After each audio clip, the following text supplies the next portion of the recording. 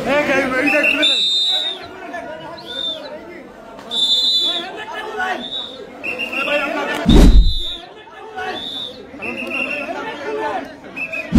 অন্যরকম মানুষ ভাই, সে ক্যামেরার ভিতরে একরকম, কিন্তু ক্যামেরার বাইরে খুব ডেঞ্জারাস একটা লোক। বিশাল বড় বড় হাত আছে, এই জন্য সে দেশে খুব রিল্যাক্স আছে। ভিডিও কলে আফ্রিদির সাথে কথা বলছে, তোর পুরুষঙ্গ কেটে দিব, কোনোদিন তুই তোর স্ত্রীর সাথে বা কারোর সাথে সহবাস করতে না পারিস। এটা কি সেই মালটা না? সাথে সাথে আমার পিছনে হ্যান্ডকাপ পরায়, পিস্তলের যে ডাটটা আছে ওইটা দিয়ে আমার চোখের এখানে মারে। অফিসের মধ্যে বসে একা একা খালি শুধু কান্না করতাম। এখন আমি শুধু মাপ চাইতে থাকি আফ্রিদির কাছে। ছাত্র জনতার বিরুদ্ধে ছাত্রলীগ, যুবলীগ, আওয়ামী লীগ সহ মিডিয়া সহ সকলকে সে ইন্সপিরেশন করে এই হত্যায় সে সরাসরি যুক্ত ছিল। এবং এই ইউটিউবার তহিদ আফ্রিদি শুধু এটা ফাঁসির হাত থেকে কোনো মতেই রেহাই পাবে না তহিদ আফ্রিদি। শেখ হাসিনার পক্ষ নিয়ে জুলাই আন্দোলনে তহিদ আফ্রিদি এমনকি তার বাবা অনেক ছাত্রকে হত্যা করার অভিযোগ রয়েছে তাদের বিরুদ্ধে। তাছাড়াও ইতিমধ্যে তহিদ আফ্রিদি অনেক মেয়ের জীবন ধ্বংস করেছে। যারাই তার বিরুদ্ধে কথা বলতো তাদেরকে বেঁধে ডিবি হারুন রশিদকে দিয়ে অনাকাঙ্ক্ষিতভাবে নির্যাতন করা হতো। তবে তারা যদি মুখ খুলতো তাদেরকে গুম করারও হুমকি দিত। ইতিমধ্যে তহিদ আফ্রিদির সমস্ত গোপন তথ্য ফাঁস করে দেয় তহিদ আফ্রিদির কাছের বন্ধু রাহি। মানবতার ফেরিওয়ালা সেজে তিনি কতটা দালালগিরি করেছে তা সবকিছু এই ভিডিওতে আপনারা জানতে পারবেন। তাছাড়া ইতিমধ্যে আদালত কি তহিদ আফ্রিদির ফাঁসির রায় দিল নাকি তার যাবজ্জীবন জেল দিল? তো চলুন আগে আমরা এক এক করে ভিডিওগুলো দেখে আসি। আসসালামু আলাইকুম, আমি মোহাম্মদ তানবীর রাহি। যারা আপনারা অনেকে আমাকে তহিদ আফ্রিদি চামচা অথবা তহিদ আফ্রিদি ছোট ভাই হিসেবে জানেন, তো আজকে আপনাদেরকে কিছু ভুল ধারণা ভাঙার জন্য আমি চলে আসছি। আপনারা জানেন গতকালকে আফ্রিদি ভাইকে বরিশাল থেকে মেবি গ্রেপ্তার করা হয়েছে। তো আমি গতকালকে না, লাস্ট কয়েকদিন যাবত একটা জিনিস শুধু দেখতেছি যে আফ্রিদি ভাইয়ের জন্য যখন জারি হয়েছে যে ওনাকে 28 ঘন্টার ভিতরে গ্রেপ্তার করতে হবে বা 48 ঘন্টার ভিতরে গ্রেপ্তার করতে হবে, সব কিছুর মধ্যে শুধু আপনারা আমাকে ঢুকাই দিতেছেন ওনার সাথে। তো আমার কথা হচ্ছে আজকে আপনাদের এই সব ভুল ধারণা আমি ভেঙে দিব। আমার সাথে আফ্রিদি ভাইয়ের সাথে লাস্ট জুলাই আন্দোলনের 1 মাস থেকে 2 মাস আগ থেকেই ওনার সাথে আমার সাথে পুরোপুরি সম্পর্কটা এক ধরনের শেষ হয়ে গেছে। তো সম্পর্ক শেষ হওয়ার পরে আমার সাথে ওনার সাথে ওরকম কোনো যোগাযোগ নেই। শুধু যোগাযোগ ওনার সাথে আমার সাথে জুলাই আন্দোলনের পরে উনি যখন বাংলাদেশে আসছে তখন 2বার ওনার সাথে যোগাযোগ হয়েছে। একবার হচ্ছে ওনার অফিসে গেছিলাম, হ্যাঁ উনি আমাকে ডেকে নিছে। আচ্ছা, ওইটা আপনারা ইনশাল্লাহ ওইটার সম্পর্ক আপনারা জানতে পারবেন। এই ছাড়া আরেকবার দেখা হয়েছে ওনার জন্মদিনের দিন। এই ছাড়া আর ওনার সাথে আমার কোনো ধরনের যোগাযোগ নেই, কোনো ধরনের দেখা সাক্ষাৎ নেই। কিন্তু আজকে আমি নিউজ ফিডে ঢুকতে পারতেছি না। আমার পরিবারের উপরে চাপ আসতেছে, আমার উপরে বিভিন্ন ধরনের চাপ আসতেছে যে আমি নাকি তহিদ আফ্রিদিকে ধরাই দিছি পুলিশের কাছে এবং উনি নাকি নোয়াখালীতে আমার বাড়িতে গেছে। ভাই আমি নিজে তো জানি না আমার বাড়িতে উনি গেছে। আর এটা যদি আপনারা প্রমাণ করতে পারেন যে উনি আমার নোয়াখালীতে আমার বাড়িতে গেছে বা আমি ওনাকে ধরাই দিছি, তাহলে আপনারা যেই শাস্তি দিবেন আমি ওই শাস্তি মাথা পেতে নিব। আর আরেকটা ছোট্ট বিষয় হচ্ছে, আমার বলতেই হবে, আমাদের তহিদ আফ্রিদি টিম মেম্বারে তো আমি একা ছিলাম না। আপনারা সবাই আমাকে নিয়ে পড়ে আছেন কেন ভাই? আমাদের টিম মেম্বারে তো আমি একা ছিলাম না, আরো 10 জন 15 জন আছে, তাদের নিয়ে কথা বলেন না কেন? সারাক্ষণ আমার নিয়ে পড়ে আছেন কেন? আমি তো এটা বুঝতেছি না।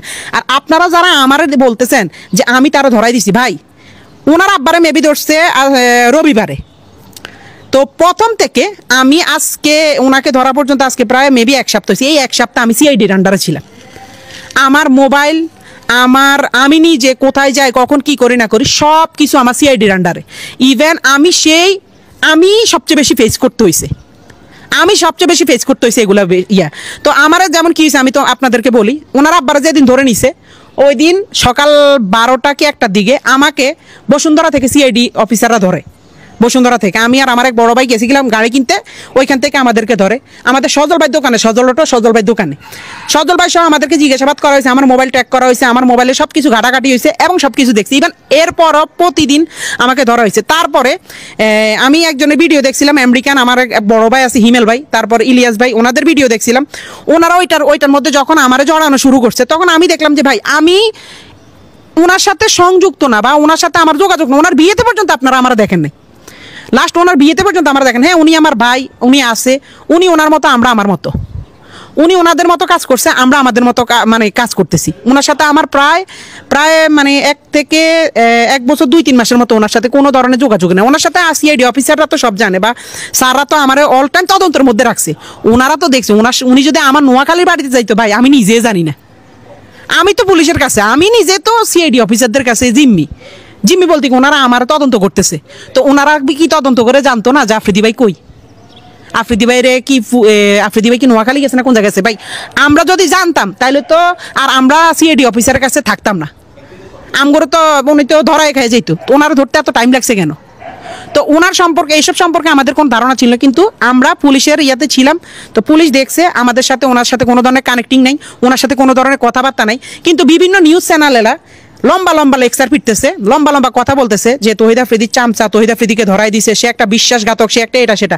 ভাই এসব মিথ্যা বানোয়াট আপনি যে আমার মুখ থেকে শুনছেন, আমার থেকে জানছেন, না জেনে না শুনে আপনি কেন এসব মিথ্যা বানোয়াট কথা বলতেছেন? এসব মিথ্যা নিউজ কেন ছড়াইতেছেন? উনি কি করছে ওনারটা আইন আদালতে বুঝবে। আমি যদি কোনো দোষ করে থাকি আমারটাও আইন আদালতে বুঝবে। তা ওনার দোষ আমার উপরে কেন চাপাইতেছেন? আমার টিমে তো আমি একা ছিলাম না, আমার টিমে আরো 10 জন ছিল। ওদেরকে নিয়ে কথা বলতেছেন না, শুধু আমাকে নিয়ে কেন পড়ে আছেন? আমি কি বলেন? আমি কি একটা ফুটবল যে আমার পাইছেন? হ্যাঁ আমি ফুটবল বুঝছি, আমার পাইছেন শুধু লাথি দিবেন এটা হইলে তো হবে না ভাই। আপনি আপনার বিবেককে প্রশ্ন করেন। আপনারা আমার নামে মিথ্যা নিউজ, মিথ্যা বানোয়াট কথা ছড়ানোর তো কোনো লাভ নাই। মিথ্যা বানোয়াট ছড়ায় আপনার কি লাভ হবে?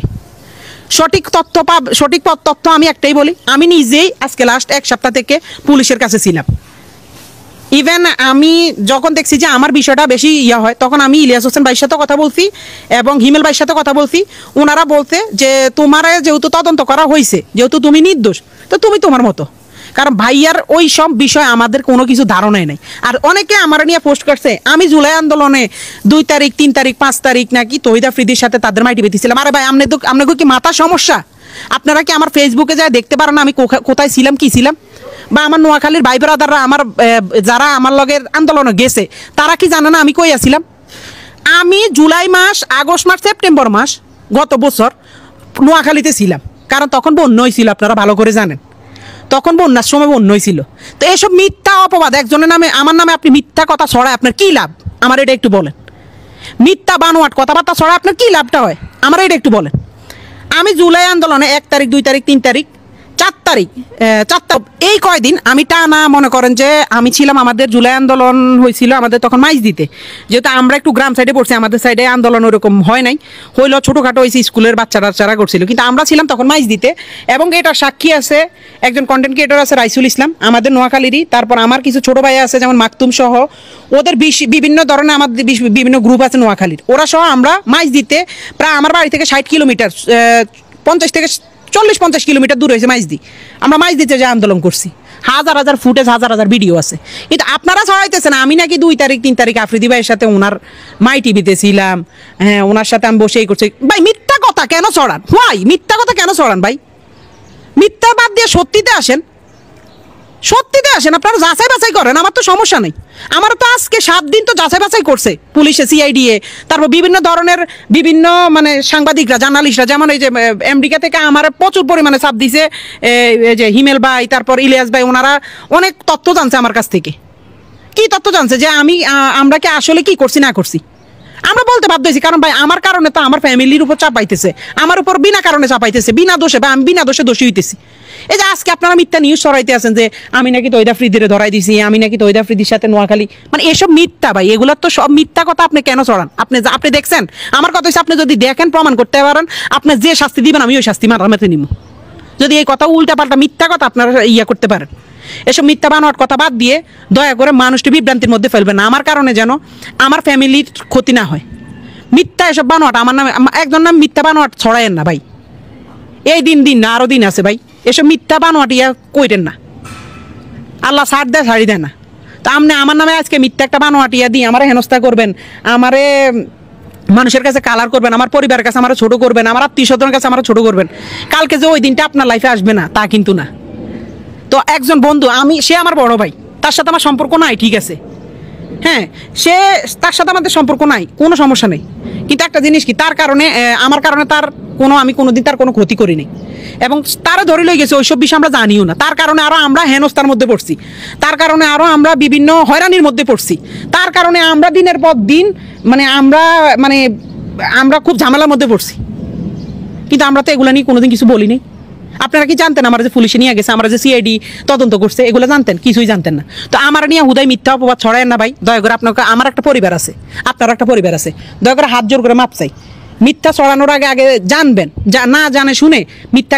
আপনারা আজকে যে বিষয় নিয়ে আপনাদের সামনে উপস্থিত হয়েছি, একজন ইউটিউবার, মিডিয়া সন্ত্রাস তহিদ আফ্রিদি, আপনারা জানেন যে এই মামলার সে একজন এজাহারভুক্ত আসামি। আমরা রাষ্ট্রপক্ষে ছিলাম, রাষ্ট্রপক্ষে তার 7 দিনের রিমান্ড প্রেয়ার করেছি। 7 দিনের মধ্যে বিজ্ঞ আদালত 5 দিন রিমান্ড মঞ্জুর করেছে। এই মিডিয়া সন্ত্রাসের বিরুদ্ধে আপনার সবচেয়ে যে এলিগেশনটা তারা মিডিয়ার মাধ্যমে, সে তার ইউটিউব এবং তার পেজের মাধ্যমে এখানে যে ছাত্র জনতার বিরুদ্ধে ছাত্রলীগ, যুবলীগ, আওয়ামী লীগ সহ মিডিয়া সহ সকলকে সে ইন্সপিরেশন করে এই হত্যায় সে সরাসরি যুক্ত ছিল। এবং এই ইউটিউবার তহিদ আফ্রিদি শুধু এটা দিয়ে সে ক্ষান্ত হয় নাই, এই যে ছাত্ররা এখানে আন্দোলনের সাথে যুক্ত ছিল সেই ছাত্রদেরকে এটা তদন্তে বেরিয়ে আসবে। আপনাদেরকে আমি জানাচ্ছি, এই তহিদ আফ্রিদি সেই ছাত্রদেরকে আপনার মানে তাদের শরীরে কাপড় চোপড় সরাইয়ে সে ভিডিও করে রেখে দিত, জিম্মি করে রেখে দিত এই তহিদ আফ্রিদি। তো তাকে দীর্ঘদিন পুলিশ খুঁজতেছিল, গতকালকে তাকে পেয়েছে, বরিশালে পাইছে। সিআইডি তাকে বিজ্ঞ আদালত আজকে প্রেজেন্ট করেছে। আমাদের যে আবেদন, বিজ্ঞ আদালত আমাদের আবেদনের প্রেক্ষিতে, আসামি পক্ষের শুনানির প্রেক্ষিতে, উভয় পক্ষের শুনানিতে 5 দিনের রিমান্ড মঞ্জুর করেছে। আপনাদেরকে ধন্যবাদ। আমরা আদালত একটা মিনিট একটু জানতে চাই, তার সাথে একটু যুক্ত করতে চাই যে আসামি পক্ষের আইনজীবীরা এই যে কন্টেন্ট ক্রিয়েটর, ইউটিউবার আপনার হচ্ছে কি আফ্রিদিকে কিডনি রোগী বলে সম্বোধন করেছেন কিনা, পাথর আছে, কি বলেছে আসলে আদালতে তারা যেটা বলেছে, সে কিডনি তার রোগ সমস্যা আছে, সে কিছু কাগজপত্র দিয়েছে। আপনারা জানেন যে এইসব কাগজপত্র বানানো যায়। আসামি যখনই ধরা পড়ে বিভিন্ন কাগজপত্র তৈরি আছে, সে দেখতে চলাফেরা তার কোনো কমতি নেই। এখন সে আদালতে আছে, তারা কিছু কাগজপত্র বানিয়ে নিয়ে আসছে, এগুলো ফেক হতে পারে। কি রোগের কথা বলছে? কিডনি রোগের কথা বলেছে। আচ্ছা, কিডনি রোগের কথা বলেছে। বিজ্ঞ আদালতে কিডনি রোগের কথা বলছে, তার স্ত্রীর প্রেগনেন্সির কথা বলেছে, তার স্ত্রী 6 মান্থ প্রেগনেন্ট সেটা বলছে, তার প্রসাবে ব্লাড যায়, সেই কথাগুলো সে বলেছে। কিন্তু এগুলো আসলে যাচাই বাছাইয়ের বিষয়, ডাক্তারের বিষয়। আমাদের এই প্রশ্ন আপনারা নিচ্ছেন কেন? এই প্রশ্ন তো আপনারা উল্টা নিচ্ছেন। আদালতে আপনারা কি বলেছেন? আমি যেটা বলেছি যে তহিদ আফ্রিদি একজন মিডিয়া সন্ত্রাস। সেই মিডিয়ার মাধ্যমে সে হাউন আঙ্কেলের সাথে ষড়যন্ত্র করে, আমাদের যে হাউন আঙ্কেল, ডিবি প্রধান যে হাউন আঙ্কেল ছিল, আপনারা দেখেন যে আজকে অনেকগুলো ভিডিও ভাইরাল হয়েছে। সে হাউন আঙ্কেলের সাথে মিলেমিশে মূলত এই দেশে যেভাবে আওয়ামী সন্ত্রাস, যুবলীগ সন্ত্রাস, ছাত্রলীগ সন্ত্রাসীকে যেভাবে ইনফ্লুয়েন্স করা যায়, তাদের সাথে যেভাবে অ্যাড করে দেশের সন্ত্রাসী কায়েম করা যায়, ছাত্র জনতাকে হত্যা করা যায়, সেই তথ্য সন্ত্রাসের সাথে সরাসরি জড়িত ছিল। এবং যাত্রাবাড়ির ঘটনার সাথে সে সরাসরি ইন্ধন সহ ষড়যন্ত্রে জড়িত ছিল, ডিবি হারুন সহ। আদেশ বিজ্ঞ আদালত আমাদের আবেদনের আমাদের শুনানি, উভয় পক্ষের শুনানিতে বিজ্ঞ আদালত 5 দিনের রিমান্ড মঞ্জুর করেছে। আচ্ছা, সুমন ভাই বলেন। ধন্যবাদ। আজকে আমরা রাষ্ট্রপক্ষে আমরা শুনানি করেছি যে মামলাটা, সেটা হচ্ছে এই কোটা বিরোধী আন্দোলনে আসাদুল হক বাবু নামে 24 বছর বয়সী একজন জুলাই যোদ্ধা, তিনি 36শে জুলাই যাত্রাবাড়ি থানার সম্মুখে তাকে গুলি করে হত্যা করা হয়েছে। তাকে গুলিবিদ্ধ অবস্থা ঢাকা মেডিকেল কলেজ হসপিটালে নেওয়া হলে কর্তব্যরত চিকিৎসক তাকে মৃত ঘোষণা করেন। এই মামলায় আজকে এজাহার নামীয় 11 নম্বর আসামিকে এই আদালতে জনাব ফারজানা বসারের আদালতে উপস্থাপন করা হয়। মাননীয় আদালত উভয় পক্ষের বক্তব্য শ্রবণান্তে এই আসামিকে 3-7 দিনের রিমান্ড প্রার্থনা করলে আসামিকে 5 দিনের রিমান্ড মঞ্জুর করেন। এই আসামির পরিচয় হচ্ছে, ওনার নাম তৌহিদ উদ্দিন, তিনি ইউটিউবার এবং টিকটকার। তিনি তৌহিদ আফ্রিদি নামে পরিচিত। তার বাবা এই মামলার 22 নম্বরে ঝান্ডাবীয় আসামি। 1 নম্বর আসামি শেখ হাসিনা, 2 নম্বর ওবায়দুল কাদের, 3 নম্বরে চৌধুরী আব্দুল্লাহ আল মামুন সহ মোট এজাহার নামীয় 25 জন আসামি আছেন। এছাড়াও আরো 150-200 আসামি এই মামলায় সন্দেহভাজন এর তালিকায় আছেন। আমরা রাষ্ট্রপক্ষে বলেছি, মাননীয় আদালত তারা যে অ্যাফিডাভিটটা দিয়েছে আদালতে, ফৌজদারি কার্যবিধির কোনো সেকশনে এই অ্যাফিডাভিট কখনো রায় করে না। মাননীয় আদালতকে আমরা বলেছি, এই আসামিকে রিমান্ডে নিলে পরে মামলার গুরুত্বপূর্ণ তথ্য উদ্ঘাটিত হবে এবং অন্যান্য আসামিদের সম্পর্কে তথ্য পাওয়া যাবে, তাদেরকে অ্যারেস্ট করা যাবে। মামলায় কারা অর্থ যোগানদাতা, কারা অস্ত্র যোগানদাতা এবং কাদের নির্দেশে সে এই হারুনের সাথে, ডিবি হারুনের সাথে ঐক্যবদ্ধভাবে এই বৈষম্য বিরোধী আন্দোলনকারী নেতৃবৃন্দের নেতৃবৃন্দকে আটক করা, তাদেরকে রাষ্ট্রদ্রোহী মামলায় দেওয়া এবং তাদেরকে গলা কেটে হত্যার হুমকি দিয়েছে। এই সমস্ত বিষয় আমরা আলোচনা করার পর মাননীয় আদালত সন্তুষ্ট হয়ে 5 দিনের রিমান্ড মঞ্জুর করেন। ধন্যবাদ। ক্লিয়ার করে আপনাদের জানানো দরকার, এই যে এফিডেভিটের কথাটা আসছে, গত তারিখে আপনারা দেখছেন যে ওর বাবাকে যখন কোর্টে উঠাইছে তখন কিন্তু বাদী উপস্থিত ছিল। আপনারা যারা সাংবাদিক আছেন তারা দেখেছেন যে আমি বাদীকে ওই দিন নিয়ে আসছিলাম, কিন্তু আজকে আমি বাদীকে আনতে পারিনি কারণ বাদী অসুস্থ। সামনের তারিখ আমি বাদীকে এনে একটা দরখাস্ত দিব বিজ্ঞ আদালতে। এরা একটা সিন্ডিকেট, এই সিন্ডিকেটের সাথে আমাদের 2জন আইনজীবীও জড়িত আছে। আমাকে যেটা জানানো হয়েছে, বাদী যেটা জানাইছে, 2জন আইনজীবীও জড়িত। 2জন আইনজীবী সহ এই তহিদ আফ্রিদির যে বাসায় যে একটা ভিডিও ফুটেজও আছে, ওদের বাসায় নিয়ে এই বাদীকে জিম্মি করে কিছু কাগজপত্র স্বাক্ষর নিয়েছে এবং একটা ভিডিও করেছে। তাকে কিছু টাকা ধরে দিয়ে একটা ভিডিও করেছে। ভিডিও করে এই ভিডিও দিয়ে তাকে এখন ব্ল্যাকমেল করছেন যে তোমাকে এই করছে করছে, এগুলো ইউটিউবে ছেড়ে দিন, টিভি নিউজে আসবে, তোমার বিরুদ্ধে মামলা হবে। এরা তো অসহায় মানুষ, মূর্খ মানুষ, এরা তো কিছু বোঝে না। এইরকম ঘটনা ঘটাইয়া ওই টাকাগুলো হাতে ধরে ভিডিও করে টাকাগুলো রেখে দিয়েছে। এটা আমরা গত তারিখে আমরা বিজ্ঞ আদালতকে বলেছি যে বাদী একজন ব্ল্যাকমেলের শিকার, বাদী একজন অপহরণের শিকার হয়েছে এবং বাদী এই অপহরণের মামলাটা আমরা অচিরে আবার একটা অপহরণের মামলা করবো। দেখেন এখানে বিষয় হচ্ছে এটা যে তাহলে আপনারা কি বলতে চাচ্ছেন যে ওটা জোরপূর্বক? হ্যাঁ, জোরপূর্বক ক্লিয়ার করে দেন। প্যাটার্ন, এটা যে মামলা যে নিয়ম, সেখানে বাদী এজাহারে এতগুলো নাম দিল, তো এজাহারের নাম দিয়ে আবার হচ্ছে যে কিছু নাম উনি উইথড্র করতে চাচ্ছে, সেটা আইনের দৃষ্টিতে না, এটা আইনে তো সুযোগ নাই, এটা আইনেও সুযোগ নাই। আর ওনার যে এফিডেভিটের যে প্রশ্নটা আসছে সেটা হলো জোরপূর্বক তাকে অপহরণ করে নিয়ে কাগজে স্বাক্ষর করেছে। কি কাগজে স্বাক্ষর করেছে উনি জানেও না, কিন্তু ওনারা বিজ্ঞ আদালতে একটা এফিডেভিট দাখিল করবেন। আমাদের কাছে মনে হলো যে এটাই মনে হয়তো যে স্বাক্ষর নিয়েছে সেই কাগজটা। আমরা এটার এগেইনস্টে আগামী তারিখে পিটিশন দিচ্ছি বিজ্ঞ আদালতে। বন্ধুরা, এতক্ষণ থেকে পুরো ভিডিওটি ধৈর্য সহকারে দেখার জন্য আপনাদেরকে অসংখ্য ধন্যবাদ। পুরো ভিডিওতে দেখতেই পেলেন তহিদ আফ্রিদিকে নিয়ে কি তত্ত্ব আসতেছে। তিনি অনেক মেয়ের জীবন নষ্ট করে দিয়েছে, অনেকের সাথে শারীরিক সম্পর্ক করে তাদের জীবনগুলো ধ্বংস করে দিয়েছে। এমনকি তারা যদি মুখ খোলে, ইতিমধ্যে তো অনেক কন্টেন্ট ক্রিয়েটর সহ অনেককেই ডিবি হারুন রশিদকে দিয়ে অনেকভাবে নির্যাতন করিয়েছে। তবে কথাই আছে না, আল্লাহ ছাড় দেয় কিন্তু কোনোদিন ছেড়ে দেয় না। তহিদ আফ্রিদির এত টাকা পয়সা আজ কোথায় যাচ্ছে? কেন তিনি আজ জেলে? নিজেকে সবসময় বড় ভাবতো টাকার জন্যই, টাকার পাওয়ার দেখিয়ে সবাইকে পকেটে রাখতো।